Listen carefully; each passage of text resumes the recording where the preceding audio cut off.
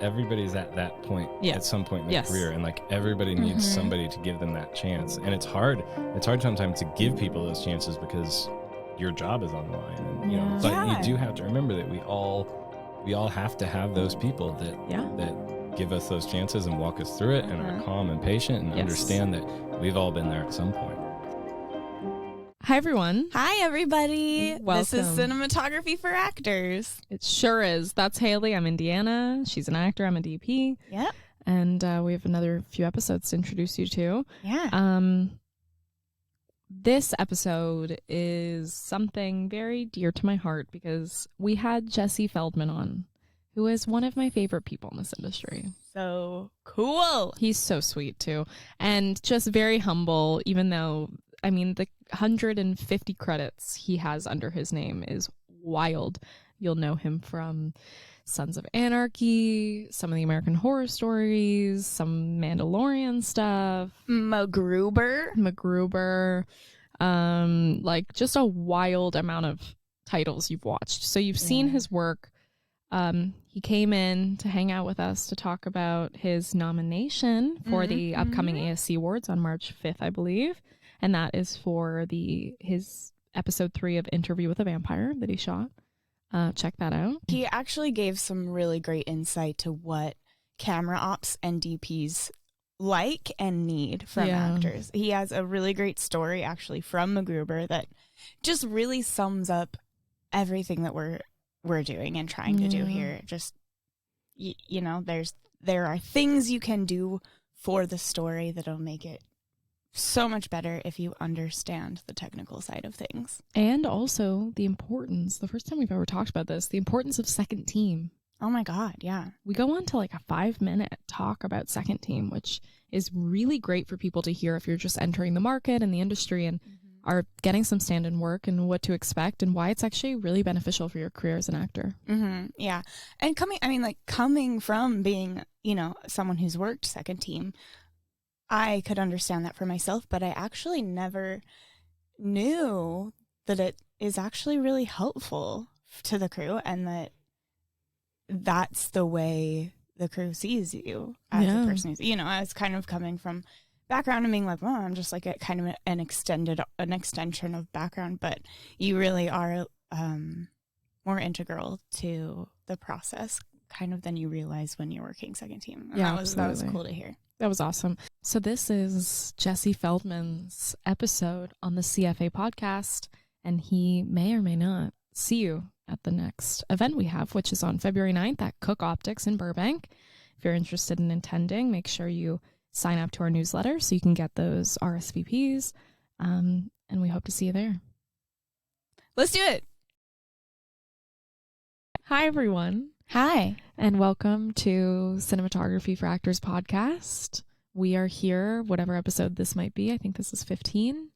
But we have a very dear friend of mine, Jesse Feldman. Hello. Hello. Hi, Jesse. Happy to be here. You guys met at Camera Maj, right? We met at Camera Maj. Yeah. Do you remember that meeting? I remember it. I didn't realize until he got here, and I was like, oh, we've met before. Yeah. Yeah. Oh, I love that. Yeah, Jesse and I have a great photo together at Camera Maj. I'm like, you're my Camera Maj husband in a way or something. Like it's just like, you're always amazing. Like I love seeing you around and you always bring joy to our industry. And I am very excited that you're coming on after just having been nominated for an ASC award. Thank you. Oh my God, congratulations. That's huge. Yeah, so exciting. And that's Interview with a Vampire. Interview with a Vampire, yep. When did you shoot it? We shot December through May of 2022. Oh, wow. Yeah, so last year. Oh, my goodness. That's so exciting. I mean, I remember talking to you about it in Poland in November, and we were like at a party and someone came up to you and you started talking, and then I was like, you just shot, like, it was like one of us were just like, oh yeah, Interview with them, and they were like, oh my God, it's beautiful, I love it. And so it just feels so great that it kind of came full circle, and you'll be celebrating in March, next 2 months from now. Yeah, it's pretty all together with everyone. Quick. I know. Yeah. That's so tell us how that call went, or how that notification went about the award. You find out? Yeah. The nomination. I was not expecting it whatsoever. Yeah. I thought if anything, David Tattersall, the other DP, would get the award just because he's so amazing and has such a awesome career. Yeah. Which made it that much more humbling. And I got a text from one of my agents that just said, congratulations. And another one texted me right after, just like, congratulations on the ASC nomination. And I was like, what? Oh my gosh. That's awesome. And I was just at home and I just like Googled ASC nominations Oh my God. and scrolled through and saw my name and I was like, wow. This is the first one. This is the first one. And it was just so unexpected. And I was just so humbled. And I was like, it was, a mouth on the floor scenario. Yeah. So well deserved. And it's like, oh, well, who do I have to text? Who do I have to I tell? know, Like, yeah. What do I do now? And just that whole day was just this kind of like, I it's know. just so exciting. I mean, you've been working towards this for a while in a way. Like the amount I've run into you over the past, not a decade, but probably I've known you 6 or 7 years, 6 maybe years.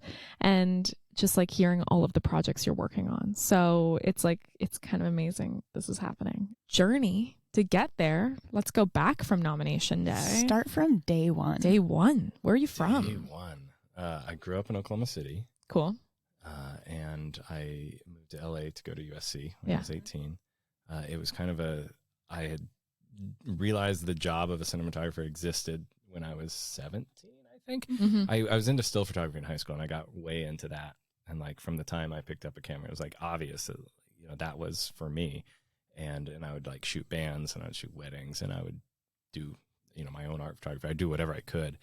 And then I realized in a summer camp in Oklahoma called Quartz Mountain, which is this like summer camp that they have all different disciplines. They have like poetry, music, dance, photography, videography, I think it was called, and all these courses. And I did the videography course, and it's the coolest thing ever. Like I don't hold on to a lot of things about Oklahoma in high regard, right? But this one I really do because every kid who went got a full scholarship, and it was this like focused on the arts thing. It was like a week long maybe or something like that. Oh, okay. And it was just like so in depth and so like creatively inspiring for all these high school kids. And that's when I discovered the job of a cinematographer. Like, right. Didn't really know it existed until then. And I was like, you can do this 24 times every second. Like, how much more exciting is that than taking a still picture?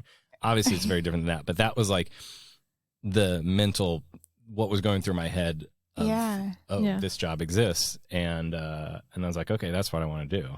And I had been accepted to USC under a psychology major.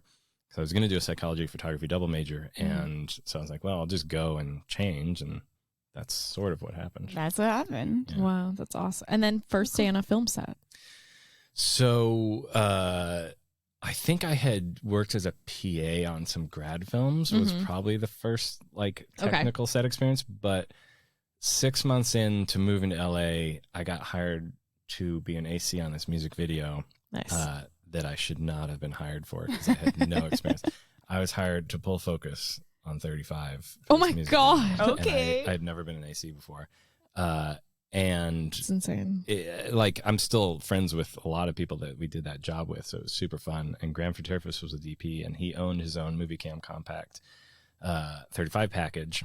And so I went over to his apartment and he like showed me how to use it a couple days before the shoot. Oh my God. And he was really, really good with me and like walking me through the job and like how to pull focus and everything. And I was just in it. I was giving my all, of course. And, like once he realized that I was not a focus puller and had never assisted before, he was like, he went to the producers like, okay, we probably need somebody who, has done this before. And I was like, yeah, probably. But like, I'm here, I'll do whatever you want me to do. And, and so I ended up doing it for the first half of the video. And it was it was a hit the ground running experience. My first day was pulling focus on 35 on Steadicam on the beach. And he was very like, he gave me a deep stop and he kind of walked me through it and everything. So that's good. But that started my like sort of path as an assistant. And then so I kept assisting for him on other things and got sort of in this assistant crew outside of school. And then I would also assist on grad films. I would operate on grad films. I'd shoot them. I just kind of would do whatever I could all the way. And then eventually I graduated school and I just had more time to work basically. Wow. And I joined the union in 2007. Okay. Graduated school in 2005, joined the union in 2007. as an operator. Wow. And just all because of that day you pulled focused on a beach. Yeah. I love that story because there are so many of those stories, and just like the wonderful moment where someone sees you and realizes, even though you don't have the experience that they actually need, they are willing to take a chance on you. And it kind of sets the course for the rest of your career. It's important to remember that everybody's at that point at some point in their career, and like everybody needs somebody to give them that chance. And it's hard sometimes to give people those chances because your job is on the line, and but you do have to remember that we all have to have those people that give us those chances and walk us through it and are calm and patient and understand that we've all been there at some point. I think that's why whenever, like when Haley and I started Cinematography for Actors, and we were talking about the support within the, like our side of the industry, that doesn't exist a lot for actors, but for DPs, for crew, like we have the support of so many different areas of our industry from career start. And I think that's why I was so surprised getting into it, that you have people like taking you under their wing, and you're like, but why? Yeah. And it's because they've all had that experience on set. Like someone gave them the opportunity. And so it just feels like this natural, organic connection made amongst like our crew and things like that. And it's so wonderful. Everyone has a great story like that. That's awesome. I love that part of this industry is people really do get excited to mentor and champion new kids who they see have passion, who they see really want to do it. Good attitude. They That's get all it takes. stoked to help each other. That's very cool. Now, Haley, he said deep stop. Do you know what that is? I have no idea what that means. Okay. What should I do? Friends talk tech, really? Yes. Okay, a deep stop is... What do we think it is? Well, it's when you need to get the camera lower really fast. And so instead of just like slamming it to the ground, they dig a hole and you jump into it, but there are people down there to catch you and the camera. And that's it. You're stopping fast and deep. Yes. Yeah. That's exactly it. Yes. You did it, Haley. I should find the soundboard part where it does the clapping. Pew, pew, pew. No, yeah. Absolutely correct. Jesse, would you like to define a deep stop? For the people that might not know? is referring to depth of field, and because I was pulling focus on the job, I said he made it easy by giving me a deep stop. I think we were shooting at probably a 5, 6, or an 8, which means there's a lot of depth of field, which makes the job of pulling focus easier than at a wide open stop. Yeah. In one of our classes, we teach the lenses class. We play with depth of field and showing how much actors can move within different stops. And so that was like, when you have like the most amount of range. But you actually just said something that made me want wide open stop. I've heard you say that. Yeah. But I thought it being wide open made the depth of field bigger. Yeah. And that's it's the opposite. wrong. Yeah. Wide open is a smaller depth of field. Actors. Yeah. It's like, it's smaller. It's not. It isn't. It isn't. Because there's so many different terms you can use to define depth of field. Because it's like, is your iris small? Because that means that it would be a deep stop. If it's shallow, it's probably a better term is shallow, so you have less room to play. Yeah, that's what I'm thinking about for actors. Yeah. It's like if you hear that it's wide open. What is open? Your stop is wide open?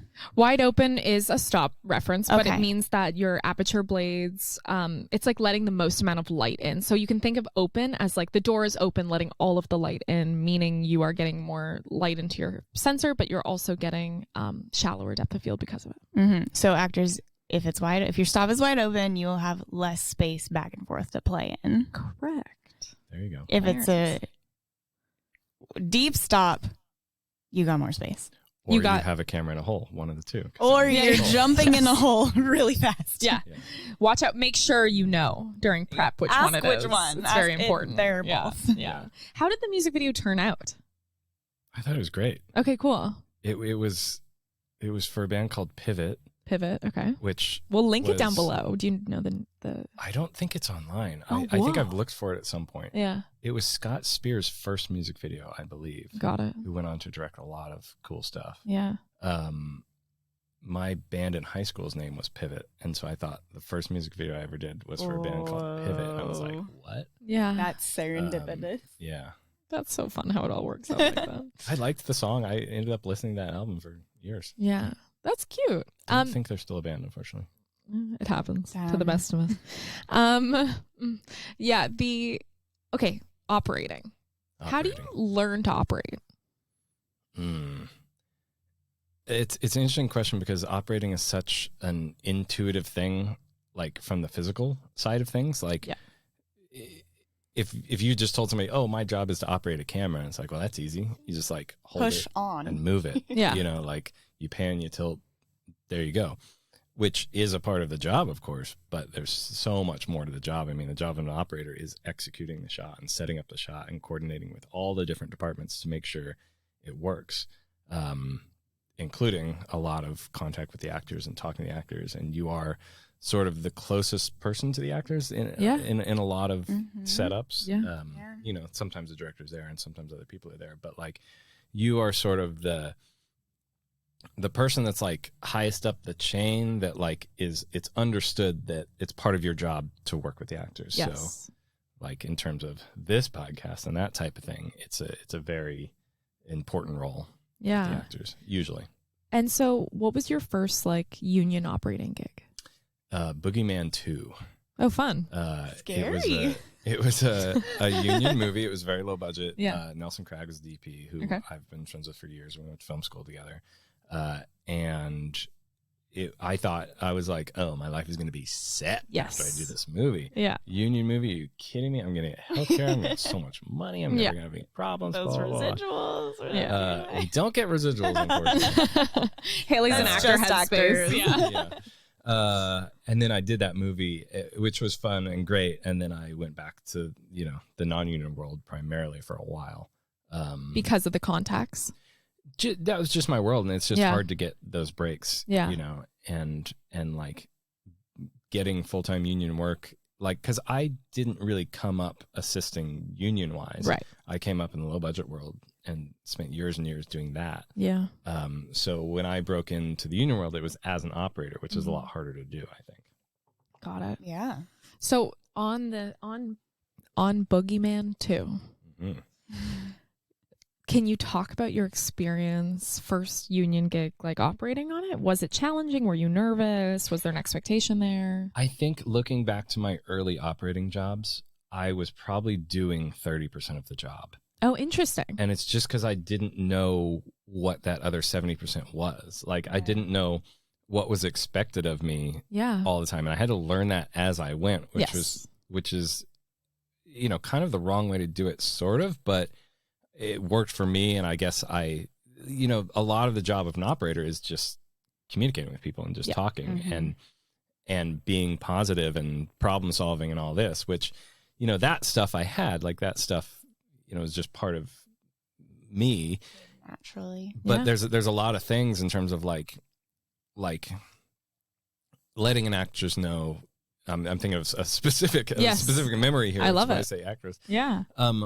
Letting them know where they should enter the frame from, because if you enter, you know, way back there behind this thing, that's going to look good, and if you enter closer through here, you know, like it's part of my job as an operator to make sure that is figured out and like make sure there's a mark on the ground for them so they know that.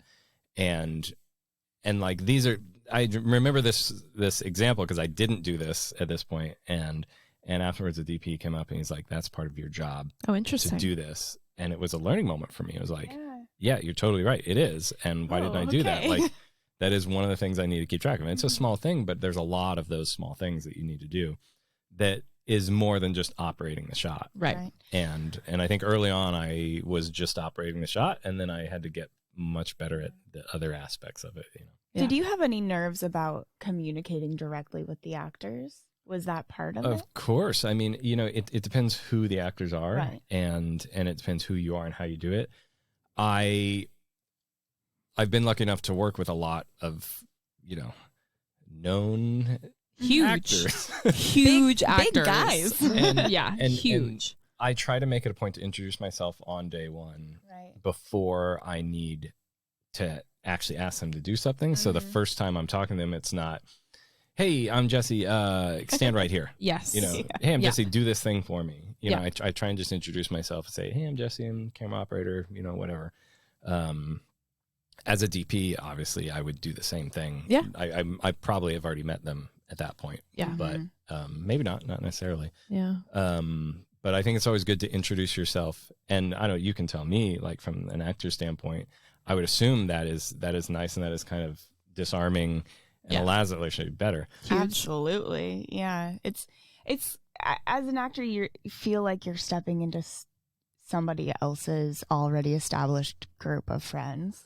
Yeah. And so if you're the one going up and being like, hi, it's a little bit like you're like the weird girl at the party. Can I tell you, though, it feels the same from us going to the actors, because we're stepping outside of our zone, of our fun little crew family or friends or whatever, and going up to you guys like, we've crossed a barrier at that point. Now, right. It doesn't need to feel like that. Like, it's not a cliquey thing. Like that's, we're over dramatizing. Right. Yes, here, of course. Like, we are all professionals. Yes. Like, I think once if you don't work in the film industry, you might not understand that, like, on set, it usually is one big family. Like, of course there are like invisible lines drawn sometimes between the talent and the crew, but not always. And it's best when there's not. We would love to stop that from happening. Yeah. We don't want that to happen. That's kind of our whole thing right now. It's like communicate with each other. 100%. And I was going to say that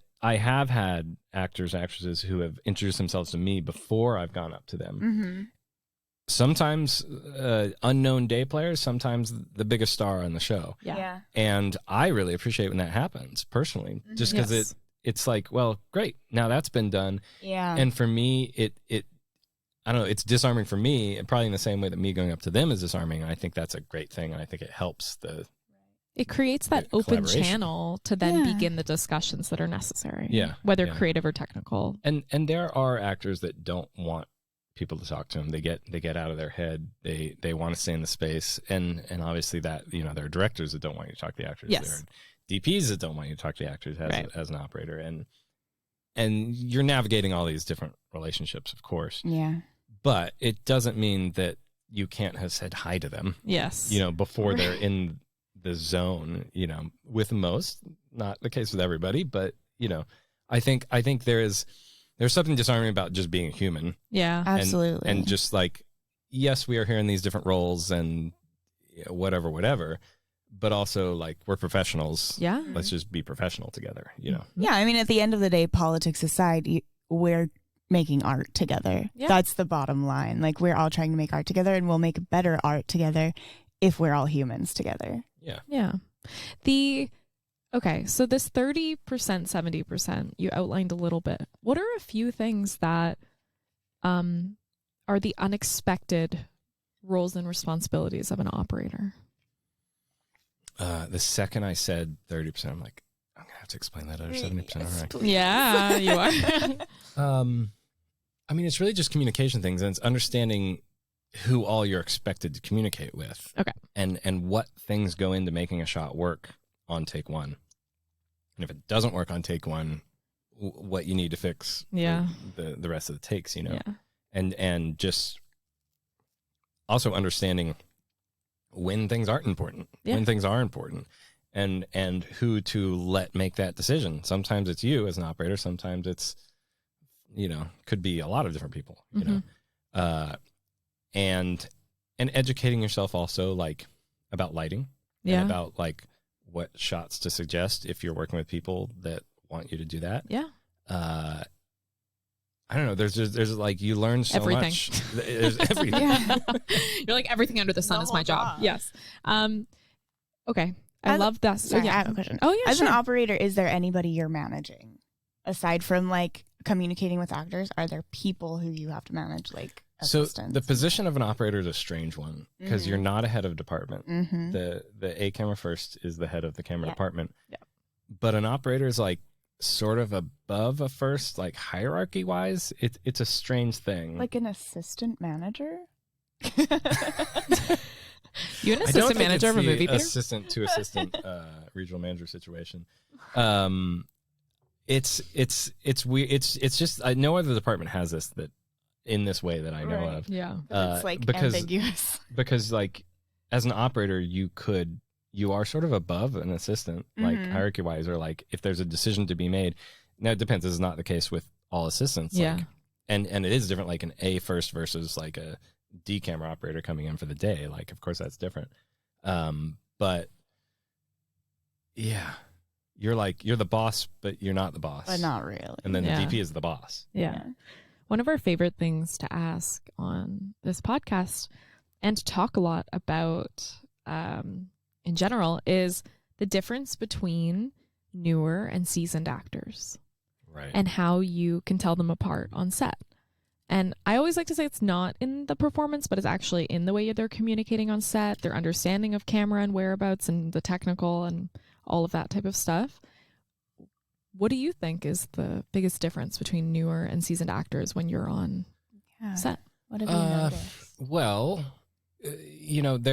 I think you're right. The performance doesn't necessarily tell you anything. Because you can have an unseasoned actor that just gives a brilliant performance and it's real and it's there. And for whatever reason, they have that skill. Yeah. You can have a seasoned actor that doesn't do that at the same time, So that side of thing is different. I think their candor and the way they work on set and understanding set etiquette is like, that's one thing that shows. Yeah. And again, that's a great thing because it's easy to learn. Like you can just be a good human, as we were saying before. Yeah. And you can just like understand social cues and you'll learn, who does what job.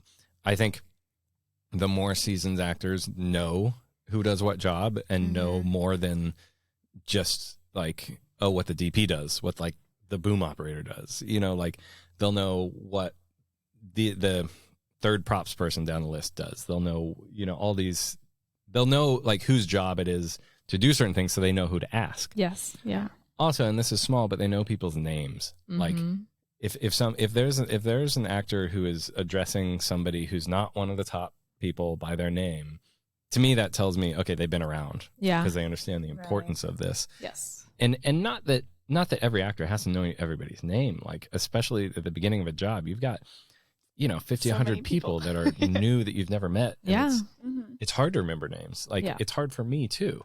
And especially when you're in a position where you don't need to, like actors don't need to know anybody's names, but it is very nice when they do. Yeah. There are technical things that you can tell difference, which, understanding where the light is coming from, understanding shadows. I mean, like finding your light is a phrase you may have heard. Yeah, we have a class called that. Yes. Yep. And it's real important. Yeah. And there are certain actors where the technical aspects are not their focus. And that's fine.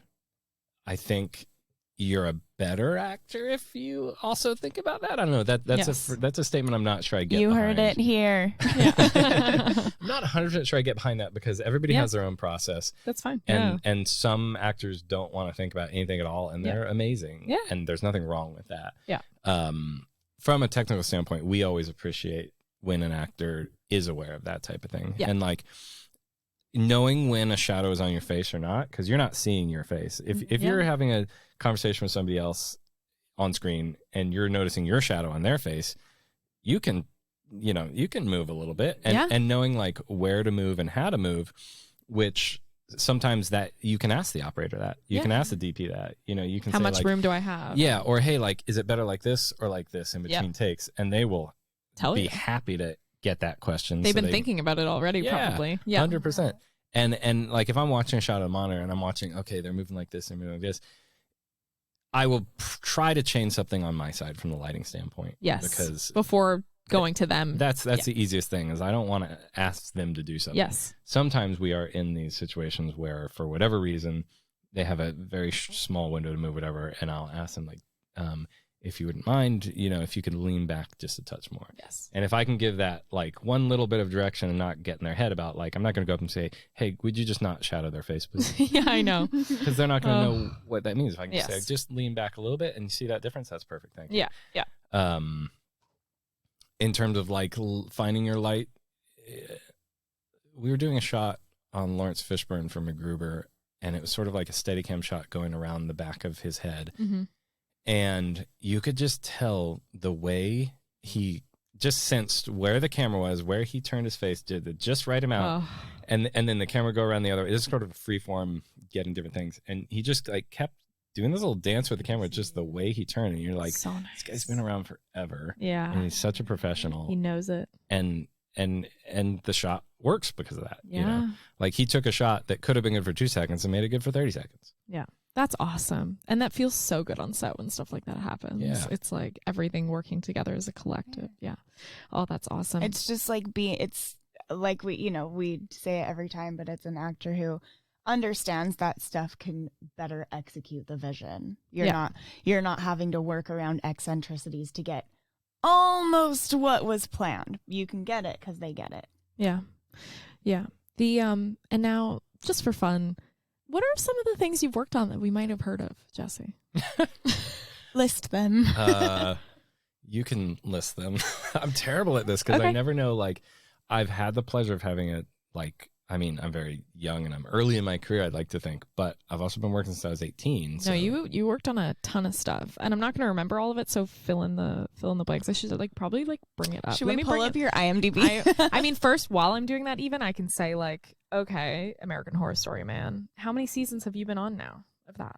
Were you on? Because you're not on it anymore. I was on season 5, I think I started. Yeah. Roanoke. And I did the first half of the season, which it's sort of split into halves in a way. Yeah, because they do the found footage cams setup and all that stuff. It was a weird opens season. up a little bit. Yeah. Midway through, if you haven't seen it. Yeah. And then I day played on the next 3, maybe. Yeah. Like I was sort of in the Ryan Murphy world for a while. Yeah. So we would jump from show to show to show, and then I would just come and shoot a second unit here and there for the next few years. Yeah. Gavin Kelly, who's a DP on that, is a good friend.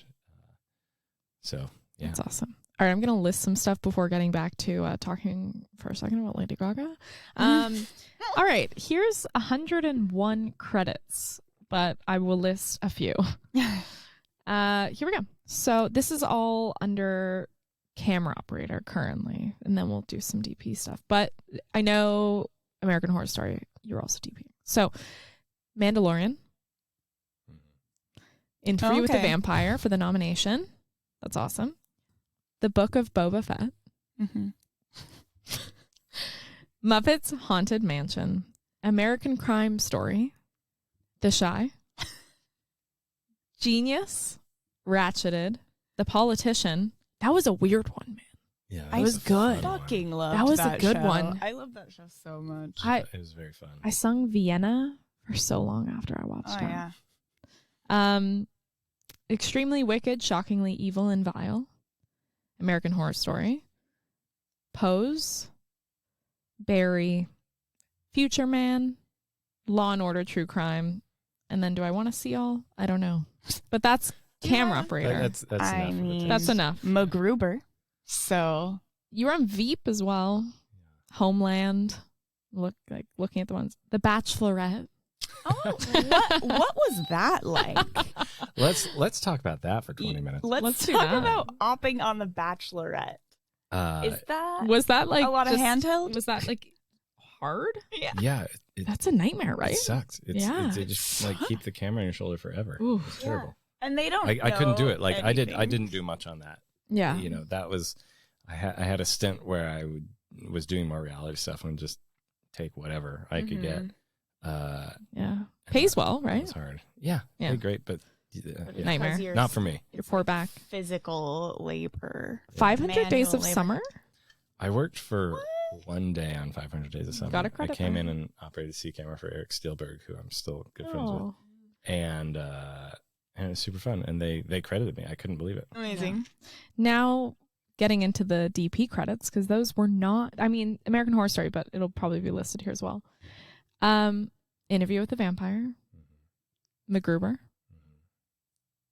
The Shy. Very good. Thank you. The Shy. Asylum, Twisted Horror and Fantasy Tales. That sounds fun. Oh, what's Segment The Cleansing Hour.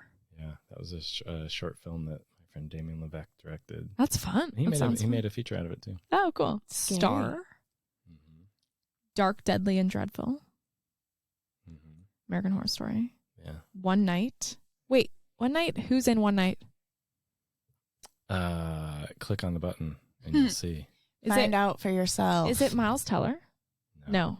Who's the guy in it? Who's the fucking... Oh, it's that guy, the Justin Chatwick. His name is right there. I had a little crush on him for a while. Yeah, why not? Why not? Set it up. Yeah. You didn't know that's why we brought you here. Indy's such a good actor. You'd never know. Chuck Gordon, professional juror. Okay. You have a lot of stuff. This is a amazing. low-paying job. All right. Well, more importantly, Lady Gaga. So, you worked with Lady Gaga in both her seasons of American Horror Story then? Just Roanoke. Just Roanoke. Yeah. Okay. How was that? Great. Do we love Lady Gaga? Yeah, I thought she was great. Was she communicating? Because she was transitioning into being more of an actor at that point. She hadn't done Star is Born and all that stuff. So what was the communication? She was probably already pretty communicative because she has a crew with her all the time as a singer. But was it like that on set? Yeah, it didn't feel, from her, it didn't feel like this massive megastar was around. Like, we all knew it, and so it comes with that a little bit, but she was very kind. She was very, pretty subdued most days. That's awesome. She was not a diva at all. Yeah. She was pretty easy to work with. She didn't bring, sometimes big stars bring an air about them that kind of make everybody be on the edge of their seat, and she didn't do that, which was great. That's awesome. We're not going to talk a lot about this, but how's your back, Jesse? My back is better now that I'm not operating. Yeah.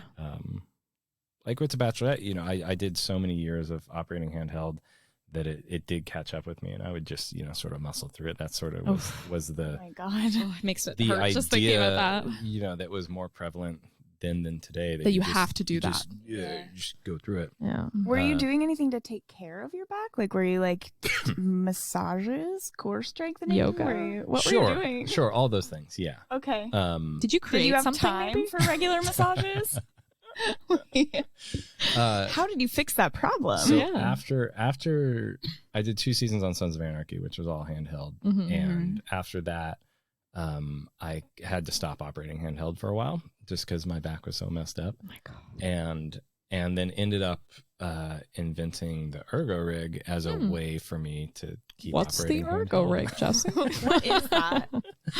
The ergo rig is a way to protect your back while operating handheld, and it's meant to not change the operation at all, and it's meant to make operating handheld as close as possible to traditional shoulder operating, but keep your back safe. Distributing the weight. It takes all the weight and bypasses your back 100%. So that's awesome.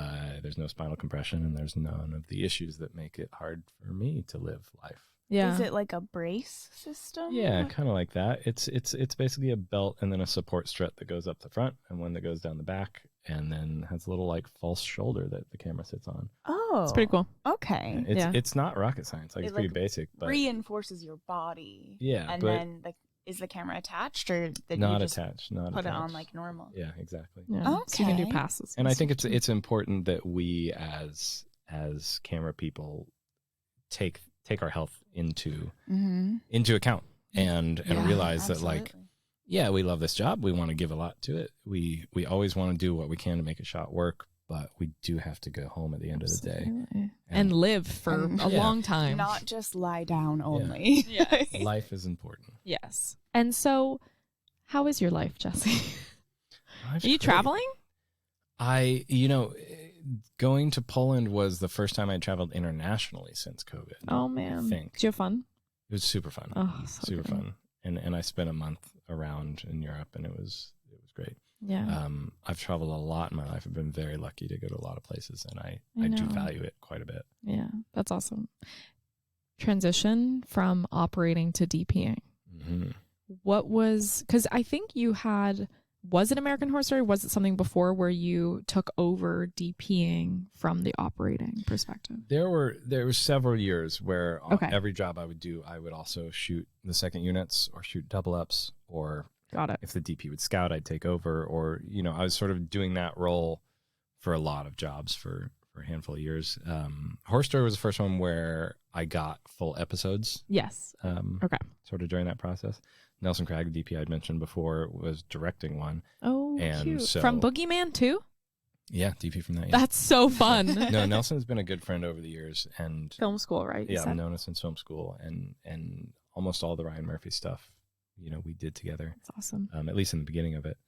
And he was directing episodes, so I got to shoot his episode and the one before while he was prepping. Got it. That's so fun. Really cool. And then, was there ever a moment where you said, okay, I'm not operating anymore, I'm only DPing? And if so, what was the moment? Yeah, it's just like a Tuesday, you wake up and be like, yeah, this is probably a good day for it. And yeah, you absolutely. You send a text to... Always a Tuesday. Yeah, you send a text to camera people and you say, yeah, I'm DP now. Yeah. That's it. Good. That's how it should be when the flights are cheapest. Yeah, I think there was and then there's 2 days you have to wait before getting your first job. Yes. Yeah. Is that how long? Did you wait 2 or did you just jump in? I think I waited 1 and I was like, this is too much waiting. Yeah, exactly. I'd like to work now. And so I sent another text and then now. The job started. Cool. Excellent. I love that. Pretty easy. Yeah, that's cool. And then DPing, Interview with a Vampire, the nomination you just got. What was that process like? Not the nomination, but the show. The show was a lot of fun. I mean, this was a job where I read the scripts at first and immediately it was like, this is a job I want to do. Oh, amazing. This is so well written. It's so smart. Yeah. And it's going to be great. And of course, there's add to that, it's period. A lot of it's period. Great cast. Great. It was kind of a no-brainer to do this job. And it was a lot of fun. Mm-hmm. David Tattersall started the series and then we alternated, and he's brilliant and such a nice man and so kind. And so it was really great working alongside him. Yeah. And we were in New Orleans a lot of nights. So that was its own struggle. It wasn't an easy show to make. Wow. Mosquitoes. Yeah, the time of year we were there was really lucky in terms of bugs and weather. Oh, good. Is it known for being really bad? Yeah. Oh. Yeah, a lot of bugs there. Never been there. We lucked out in that respect. But it just, Mara, the production designer, did such a good job. And we built this back lot that was a block and a half, 2 blocks long. It's sort of a T shape in the parking lot of an old Lowe's that had been converted into stages. That was our stages. Whoa. And the back lot was so cool. Oh, fun. It was just it was just so cool. It was just you just light it and point a camera and there you go. I mean, obviously not just that, but yes. It was so much fun to do. It enabled you to really have some fun with it because it was perfect in so many directions. Yeah. And Sam and Jacob, the leads, were just so, and Bailey too, they were just such kind people that they were not big-headed egos, which is great. Oh, that's so cool. What do you think it was that got you the nomination? What do you think you had the most fun with on it? Did you have crazy camera setups? Was your lighting just epic? I don't know. I mean, you have to ask the people that voted. I don't know. We did have a oner at the end of episode 3, which was the episode I got nominated for. That was very fun. Wow. And it was story-wise, it's a big point for the character. Got it. And it's sort of this I don't know, 2 or 3 minute oner. It's not that long, but it's well done. Yeah. And it's just a Steadicam shot. It's not overly complicated in terms of how it was executed, but there's a lot of fire effects. There's a lot of extras. There's a lot of coordination. That's fun. To the shot. And we conceived of it very early on. The first time I read it, I just wrote in the side of the script oner ? Aww. And then when I met with the director, and we got to that, he was like, I'd love to do this in one thing. It's great. Look at my note. Yeah. Do you still have that? The script? Yeah, with the oner note. Yeah, I'm sure I do. I think it's electronic though, because I think I had moved over to no paper scripts at that point. Okay. You gotta save them. You have to do something fun with that. Yeah. I want to rewind a little for actors and explain what is a oner. Oh yeah. For the new, some people may not know. What is a oner, and then did you say there's running in that Yeah, shot? So sort of. explain also like the technical requirements of those actors with a Steadicam and doing that as a oner. Right. So when you're doing something as a oner, it's just important that nobody messes anything up. Yeah. Yes, because it's like the full thing is one shot. Yeah, and I say that sort of as a joke because sometimes you can mess something up and somebody else can recover for you and make the change, or sometimes you mess up and it ends up being better that way. I know. Like, that definitely happens sometimes. But you're not cutting and you're not splicing things together. Yeah. You're not trying to, at least. Yeah. It's all one thing. Yeah. So if anybody makes a mistake, sometimes you just stop and go back to the beginning and start over. So it is important to know where the camera is, where all the other technical elements are, so you don't mess it up. Yes. From everybody involved, actors included. So like for this shot, we had done a version of this shot probably a month before we shot it. Okay. In terms of like, we had done an iPhone version of this shot. Visual storyboard. Yeah. Because there were so many elements to it, and because there's so much pyro, anytime there's special effects like that are dangerous things, you have to plan those ahead of time. Yeah. And so we did for this. And so, it was a fairly specific shot when Jacob came in to do it, that we kind of walked him through, but we had done rehearsals with a stunt person first, and then we sort of showed him that and brought him in, and then everything's sort of found from there.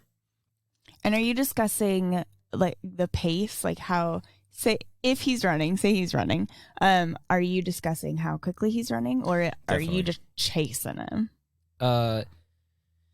In this shot, there was not full on running. Okay. With Jacob, at least. There were with some other stuntmen. But in shots in general where there's running, usually what I've noticed will happen is the actor will run too fast the first take. Yes. Right. That's very classic, because it's pretty hard to keep up with a camera with somebody running without a camera, or running forwards and not backwards or something like that. So 9 times out of 10, I'd say in a running shot with an actor, you end up doing it once and then say, let's do half that speed. Yeah. Or let's do 70% of that speed or something. Yeah. Or sometimes you'll say, you match me. Like the camera operator will say, I'm going to go as fast as I can. You match me. Not usually, because then that's asking the actor to change their performance rather than the camera to change their performance, which typically is not the way we want to do it. It happens sometimes. It is amazing how fast something looks sometimes on screen due to all kinds of other elements that an actor doesn't realize at first. Yeah. Yep. And then they'll watch play and be like, oh, that looks like I'm going full on, Yeah. So, sometimes during rehearsal you'll say like, hey, let's start off half speed and we'll ramp up from there. Yeah. Safety wise too, yeah. And as an actor, I assume, I've never been on that side of things, but I assume if you're going full speed and like you're realizing that like, the camera operator's behind you, you've just run past them, like, well, maybe I should slow down. Yes. Yeah. Haley has a story about a fork. Yeah. Also, I have another story too. I'm thinking about in spoon thing with running steak knife. No, I just a number of times have been on set and like I'm like eating, I'm like eating for a scene and the operator's like, can you do that slower? And I'm like, well, I ate this fast for the wide. It's not understanding that when you go tighter, everything looks faster. So it's not going to look stupid if I slow down. Well, I think you brought up something there also, that like cheating is a thing. Absolutely. Like if you're not familiar with the phrase cheating, it just means doing anything different that doesn't look like you did it different than before, or than in the final product it'll look like. So it'll match. You cheat angles, you cheat all kinds of things. And I think that phrase is probably overused. There's probably some things it doesn't apply for, but that's okay. Yeah. So in the example of like you eating slower in a close-up or whatever, that could have been for a variety of reasons. It also could have been that when you eat, you lean a certain way, and they actually wanted you to lean slower, but the way they communicated that was to eat. I don't know. Yeah. Yes. Yeah. But I think having trust in your crew and in your director, your DP, and your filmmakers around you, that they are doing things that are going to end up looking good is important, because then you can take that part of your brain and shut it off as an actor. Like, you can just sort of like, okay, I need to do that. Okay, great. Now let me concentrate on the performance. Again, not an actor. So, take that. But I think that it's helpful to note that speed is something that you can really trust your operator on, because they're seeing it and they're seeing how fast things look. When I was working on The Rookie, there was a night that one of the leads was running to like stop a criminal, and they were like, you can slow that down, and she was worried she was going to look like, a detective who jogs, and they're like, no, it looks fine. And then she trusted them, and it looked great. But that's not a discussion you have in school, to be like, right, you can slow down, it's going to be though okay. I will say, like, in that respect, it's all about communication, right? Yes. Yeah. So I think if somebody communicates, we need you to eat slower because of this and this, that's different from somebody saying just eat slower. Just do it. Yes. Yeah. And giving the context. And likewise on the actor talking with the other people's side of things, it may have been that like, I don't want to run slower because I don't want it to look like I'm jogging because of this character reason, is very different from like, I don't want to run slower. And it may be that the operator was doing that for some other reason. They're like, oh, okay, you don't want it to look like you're running slower because of the character thing. Actually, it does sort of look like that, so we need to change something else. Yeah. The communication is the big part where everyone knows what's going on. I didn't mean to imply that an actor should just take everything for face value and just do it. It's okay to have a conversation in a easy communicative way that hopefully doesn't slow things down at XYZ. Because there might be a reason for something that somebody else didn't realize, and then as filmmakers you can get the best product. Well, you're all telling the same story at the end of the day, and giving context to the reasons as to why the technical has to enforce the story, whether from a character perspective or a operator perspective and movement. Is just like staying on the same page, and that's how communication helps, which is great. So another important thing for actors to consider is the value of second team. And like they've been standing there watching the lighting happen the whole time. If it's a good professional second teamer, they're also in communication with the operators and with everybody else about, okay, when I'm here, look a little more this way, or make sure you look tight to lens, or give a good turn here and the light will look good, or whatever. Yes. So as you come back and you're ready to start shooting, ask your second teamer, like, hey, is there anything I need to know about this shot? Like from a technical standpoint. I love that. And that also creates a bond between the two of you that you're going to get more information. Yeah. And it's good. You're going to end up looking better, and it's going to end up, making things work on take 1 or 2 rather than 5 or 6. Yeah. And also for newer actors who are our second team right now, the value of working with crew in that regard and learning how lighting works and listening to the conversations that are being had is a really fun tool as well, and resource. Yeah, and it's so great when you notice a second teamer who's paying attention. Yeah. And they're like, oh, hey, I noticed you did this. Do you want me to do this? Oh, cool. Like, yes, that'd be great. Thank you. That's very Problem cool. solved. Like nothing helps you understand something better than like relaying that information to first team as well. Like then you know it. Yeah, exactly. Hey guys, get some stand-in experience. Yeah. Use it. Use it as a tool. Have you done that? Lots. Really? Yeah. What has your experience been like? I mean, like the first few times I was really nervous because I didn't know any of those things. I thought I was like a puppet and like stand there. That was I imagine Goldberg's when I did that. The 30% versus 70% is, as an operator, is the same for stand-ins. Like you can do the job of a stand-in. Just standing there. But you're not doing a lot of your job until you really learn it. Interesting. Yeah. But I do, like, once I was on Little America, when I was doing that kind of semi-regularly, I could, understand what was happening. And I was starting to understand lighting better so that I could do that. And especially, like, if a mark moved or if a movement moved while they were getting ready, like, being able to explain that was super helpful. And I came away understanding the technical side a little bit better. And a second team is, like, such an important part of the puzzle. Like a good second teamer who's paying attention to blocking, who's noticing, oh, the actor lifted their left hand when they said this line, like all those things. It's really crucial to making the shot work well. And it is not an insignificant role. Not at all. It's also a really sweet gig because you're not background and they trust that you know what you're doing now. So they kind of leave you alone and they know that when they say second team, you'll be there most of the time. And and it's just like you almost feel like you're part of the crew. Like people will talk to you. Like you're getting a little bit more of that like family feeling. Yeah. And it pays pretty well. Nice. Yeah. That's pretty cool. Do you have any questions for Jesse from an actor perspective? Aside from communication, what is the most helpful thing that actors want to do a really good job and they want to be their A students, people pleasers a lot of the time want to do a really good job. What is the most helpful thing that an actor can do for you or like early on in the day to just kind of make things go smoother and do a good job for you? Aside from communication, I mean, that's it. Like, That's it. You know, there are certain aspects, or like not even aspects, like some actors want to do a lot of takes, some don't. Yeah. You know, there are those aspects that like, you know, well, the ideal for me, you know, would be to do just as many takes as I want, you know, but that's not really realistic to ask because of everything else involved. I think it is really nice when an actor understands that things do go wrong sometimes. You know, it's really hard when you've got some important shot and there was a focus buzz or a light did something or something from a technical standpoint on my side of things that makes the shot not work.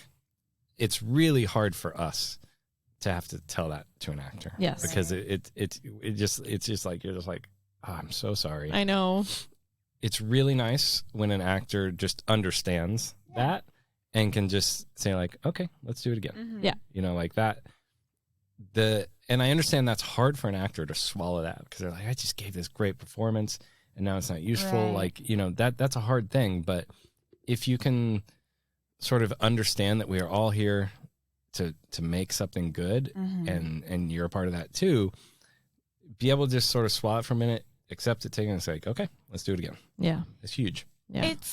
I have a little bit of a hot take, and I don't know if I completely believe it, but wouldn't it be nice if actors, instead of saying, oh, that's my best take, or I just gave this great performance, what if they become so committed to the story they're telling that each take, they're just telling the story again. They're doing the story again.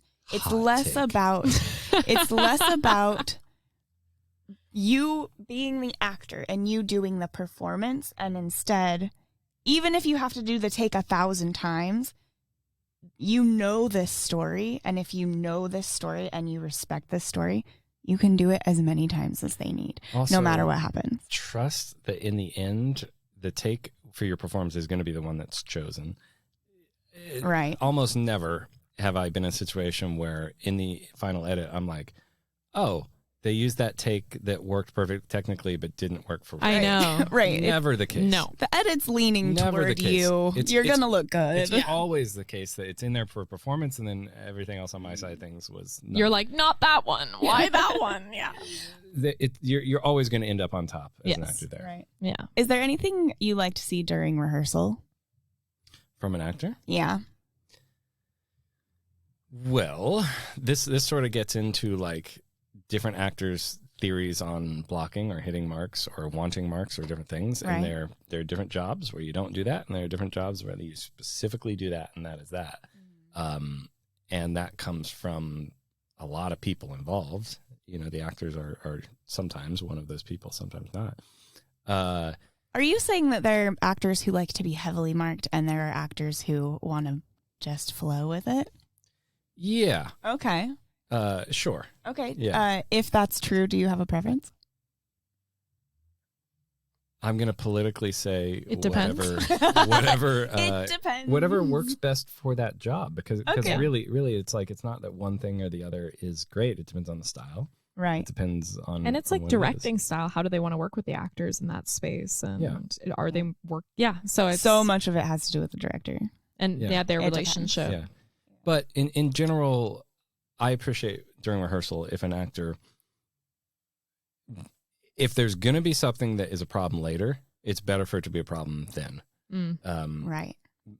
Granted, I've definitely been in situations where you're rehearsing for an hour and a half and the whole crew's staring at you like, we're going to have to shoot this scene in an hour because we spent too long. And there's only a certain amount of time in a day. Yeah. That is just what it is. So the longer you spend on rehearsal, the less time you have to shoot. Sometimes that's good because you get all the issues out during rehearsal and then you just shoot and it's great. Yeah. So if there is going to be an issue, I think bringing it up sooner than later is smart. But also, maybe not every issue needs to be brought up. It's also important to know what needs to be brought up then and what can be brought up during lighting. Yes. Right. Like there are certain things that are not going to affect, the lighting or the blocking that you can bring up after. Yeah. Performance notes not during a blocking rehearsal, guys. Unless it informs the blocking, which it can.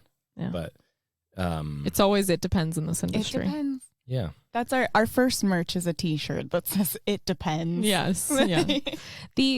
Let's get back to your DP career. Mm-hmm.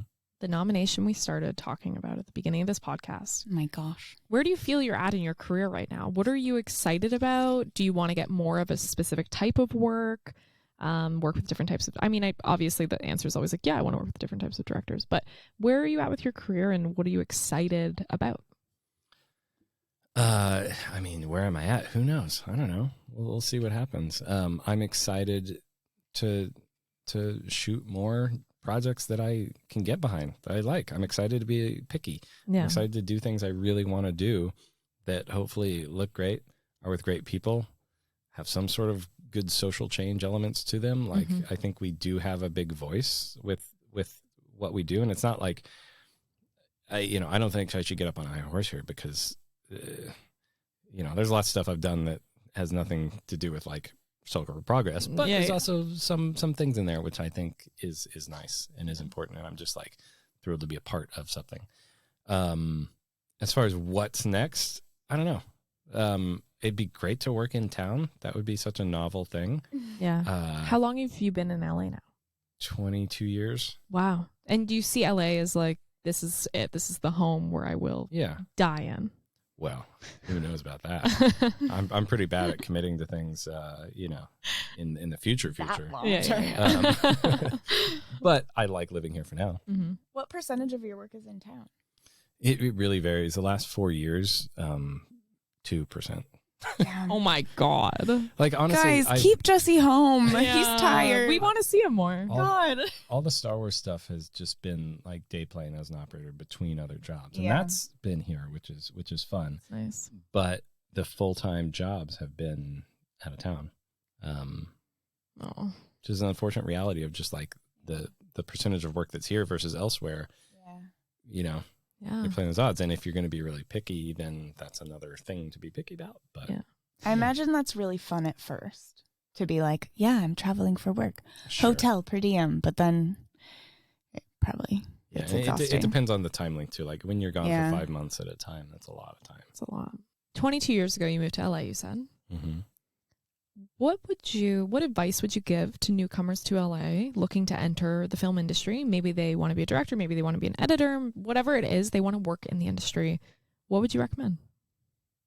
It's hard. Like it probably is going to be hard. I think it's important to find a way to live your life like whilst trying to get to where you want to go in a way that you're happy with. Mm-hmm. And it's important to find your people. There's a lot of people in the city, and there's you just got to find your people, whatever that is. You need to be comfortable with your life outside of making it. Yeah. Mm-hmm. Because you may or may not make it for one. And even if you do make it, you still have that life. So you still got to have a life you're comfortable with. Yeah. So you have to find that balance. I mean, we all make sacrifices to do this dream that we want to do. And that's important to be able to do that too. But it's important to be able to do that in a way that doesn't give up the rest of you. Yeah. Because then you've got nothing. Yeah. Socials. I'm not huge on socials, but I do have an Instagram, Jesse M. Feldman. Okay. That maybe or maybe not I'll get more active on. Yeah. Around award season? Who knows? Time will tell. Do a little campaigning. don't get too excited, but yeah. And then jessefeldman.com. Great. Also our website. Yeah. Awesome. Would you want people to reach out to you about questions they have, or no? I'll cut that out if you don't. Do you like people sliding into your DMs? Okay. Yeah. Okay. I think it's important that, like earlier we were talking about, like the mentoring aspect of things. I do mentor through the SOC and maybe 600 coming up too. And I think it's an important thing for us to do. So happy to answer any questions. Love it.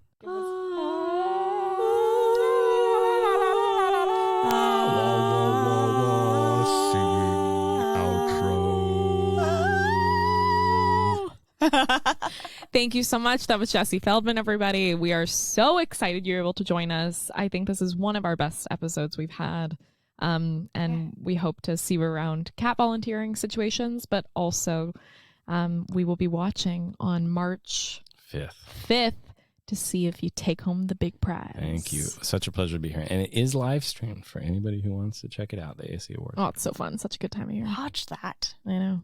Bye, everyone. Thank you.